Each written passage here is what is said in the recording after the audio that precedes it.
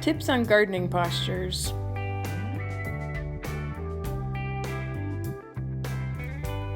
The most important thing to remember when you're gardening or landscaping is varying your posture.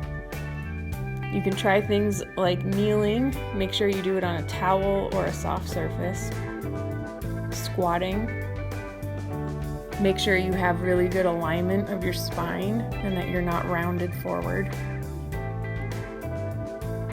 And make sure you vary your reaching from side to side.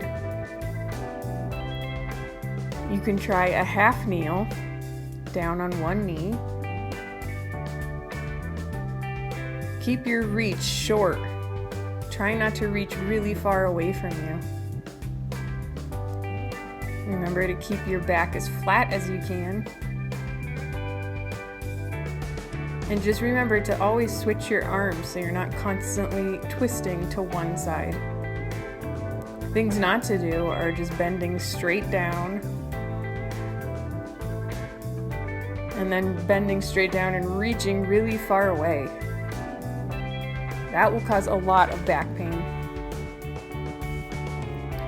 So good postures are squatting or even sitting.